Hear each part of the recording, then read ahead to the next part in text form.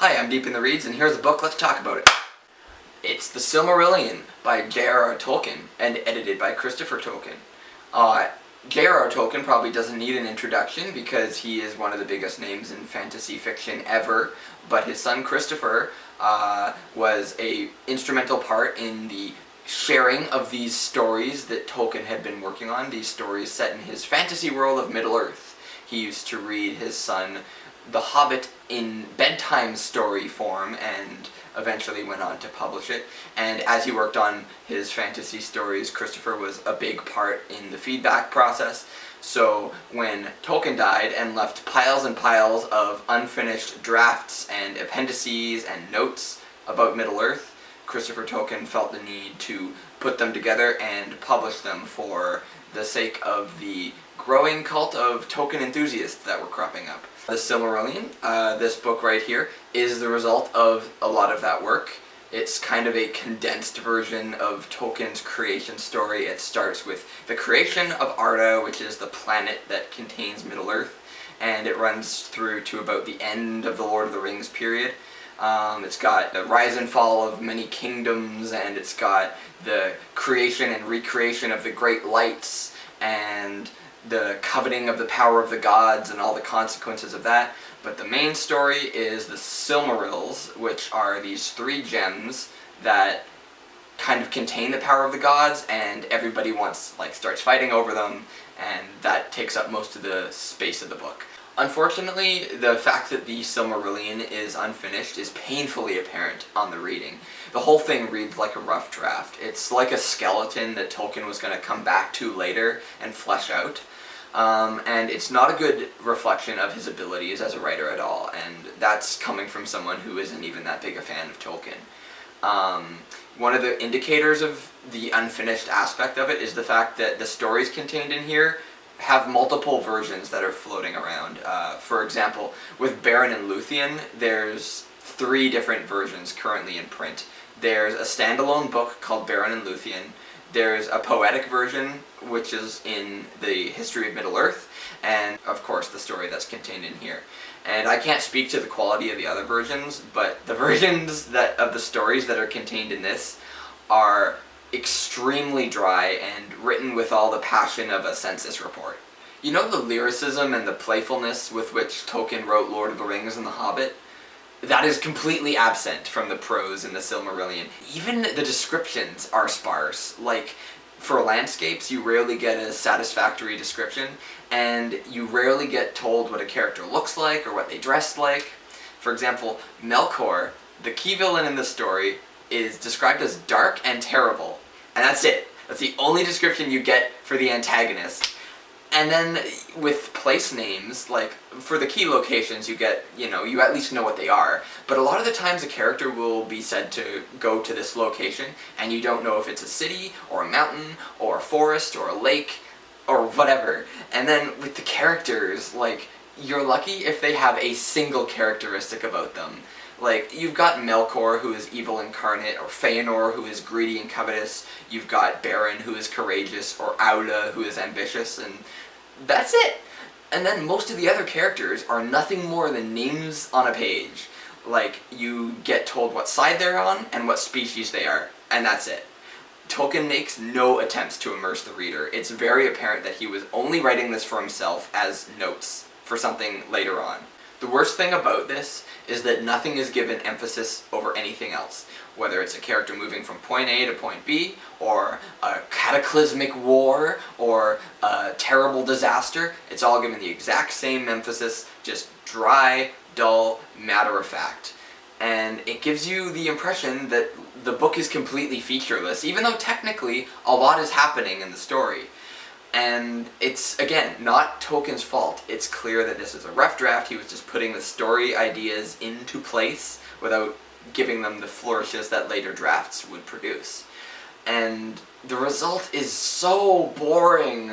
And I know what people say. Whenever you accuse an older writer of being boring, you're met with some variation of, well, back in the old days, people didn't know how to write excitement.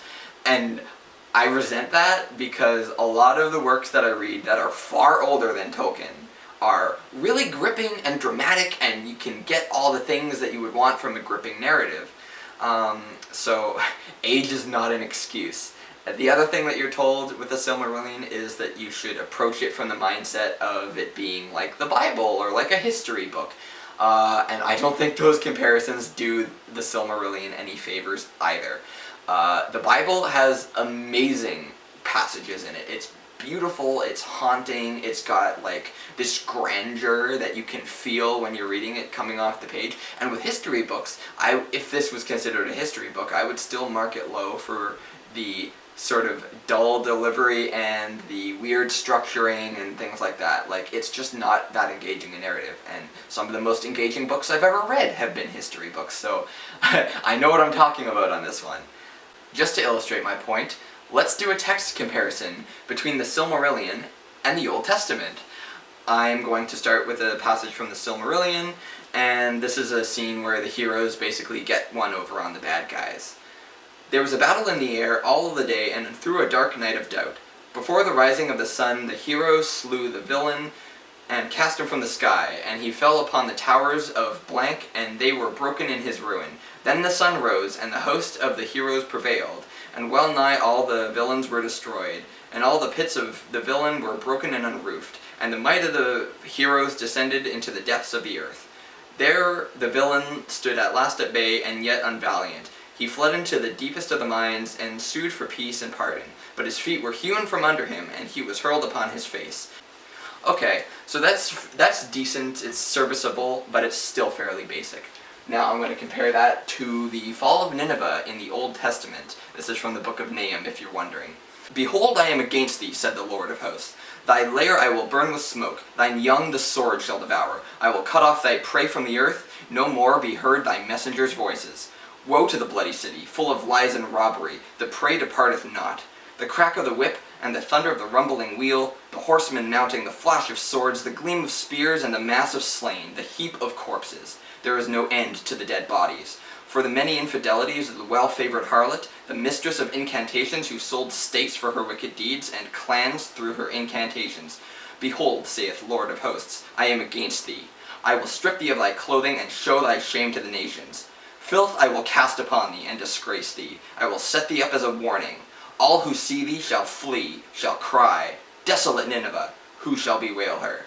Like, do you see what I mean? Do you see what I mean about the drama and this sense of vengeance that just jumps out of the page at you? And compare that to the Silmarillion, and it's night and day. And you can see that there's so much more that could have been put into the Silmarillion to make the writing really feel alive. And it's a shame, too, because there are some cool concepts in the Silmarillion. Buried between long stretches of boredom, you got a couple of interesting concepts. You've got the Numenor chapter, you've got this little story with Melkor, Ungoliant, and the Trees of Valar, which are kind of interesting. I don't really like the way that they were delivered, but I do believe that they have the potential to be fleshed out into cool concepts and make for decent reading. And I am aware that Christopher Tolkien went and published longer versions of his father's notes and made 3 novels out of it. But ironically, the novels that resulted from the Silmarillion are from my least favorite parts of the book. So, okay, fine, I find it dull, but one of the claims to fame for the Silmarillion is that it fleshes out Tolkien's world for the Lord of the Rings or whatever. And Lord of the Rings, of course, takes place in a fantasy setting that feels lived in, you know. You've got the crumbling shadows of a glorious past falling down all around the characters. They're always alluding to things that you may not understand. So how does that improve the book? Does it have any effect on that? And unfortunately, even there, I have problems. On one hand, the backstory in the Silmarillion will fill in a lot of the gaps of the Lord of the Rings, but on the other, it trivializes the events of Lord of the Rings, because in the Lord of the Rings, the whole story has all the characters being like, this is a doomed resistance, we'll never win, but we have to try, even though we face like these odds and we'll probably all be destroyed. But the Silmarillion is like, don't worry about it. The Valar and the Maiar were looking out for you. It was all preordained, destiny-related stuff. So this is the pattern of the Silmarillion. You've got a people or a person who covets the power of the gods, who either tries to steal some of their power or create an object that harnesses some of it. And then there's a corruption, and there's a fall, and they have to deal with the blowback of that, and then like an evil power rises while they dwindle, and then eventually the Valar and the Maiar are like, we gotta help out. So they lend some aid, evil is defeated, and it goes off to lick its wounds for the next round, and the same story is repeated in The Lord of the Rings. So it's as if that's the only story that Tolkien is able to tell. And as he makes clear in the letter that opens this book up, it's a Christian allegory. He's pulling from things like the fall of man in the Garden of Eden, with the snake tempting Eve and saying, if you eat the forbidden fruit, you'll get the power of the gods and you can become one yourself. Actually, Tolkien's letter to his friend that prefaces this book is probably my favorite part of the book. He talks a lot about his influences, for example. He talks about being inspired by the Volsung saga, or the story of Atlantis, and of course the Scandinavian Eddas, which is a very crucial part of his fantasy world. Like, Gandalf is very similar to Odin when he takes the form of the Grey Wanderer. And then you've also got something in the Silmarillion that's very similar to Nithogr, who eats from the life tree. You've got Middle-earth itself, which that term originated in Scandinavian mythology. It's usually referred to as Midgard, but it can also be called Middle-earth, and that's basically the land of mortals, which is between Asgard and Niflheim. Tolkien isn't even the first fantasy author to pull from the Eddas. Actually, E.R. Edison wrote a couple decades before Tolkien published The Hobbit, and that was set in Middle-earth. So it's interesting to see how Tolkien uses those ideas for Lord of the Rings and stuff, but I liken the Silmarillion to the theogony of Greek myth. The theogony is basically like a summary of Greek mythology, but it's pretty boring to read despite having interesting ideas.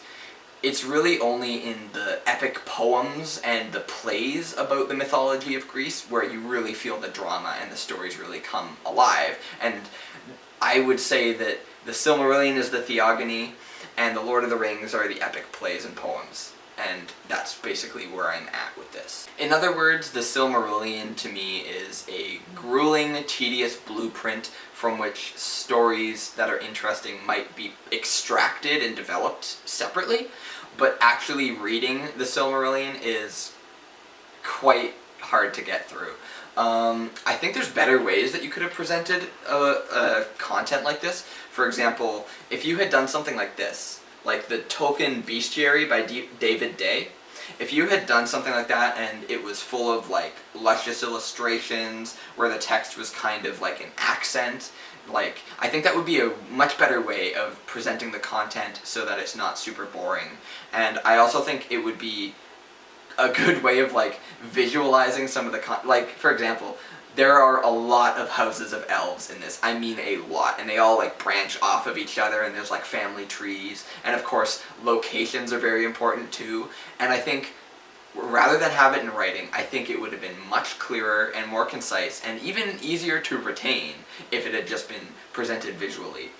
Luckily the internet exists and I can just Google at whim whatever content I need, but I still have to wonder why Christopher Tolkien didn't think to do that with the Silmarillion. I think it would have been much better if it had been presented like this. I do want to add, though, that I really admire Christopher's dedication in publishing Tolkien's notes and his unpublished works, because if it wasn't for Christopher, the only works of fantasy we'd have from Tolkien would be basically The Hobbit and The Lord of the Rings. We wouldn't have this lush, detailed background historical world that Tolkien invented. It's really, really interesting that he was so ambitious with his imaginary world. I just don't think that the presentation suits the content. Going off of entertainment value of reading this book, I have to give it a 2 out of 10.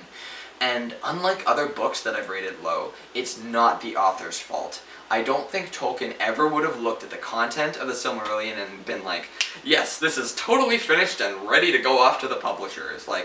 It's not a good representation of Tolkien's writing. And when I was reading it, it felt as rough to me as Frodo going through Mordor. Although in this case, I guess you could call it Bordor, if you know what I'm saying. Yes! Yes! But anyway, that leaves just one question, which is, what do I do with this tedious slog of a book? Cast it into the fire! Let us be rid of it, once and for all! They're right. I know what I must do.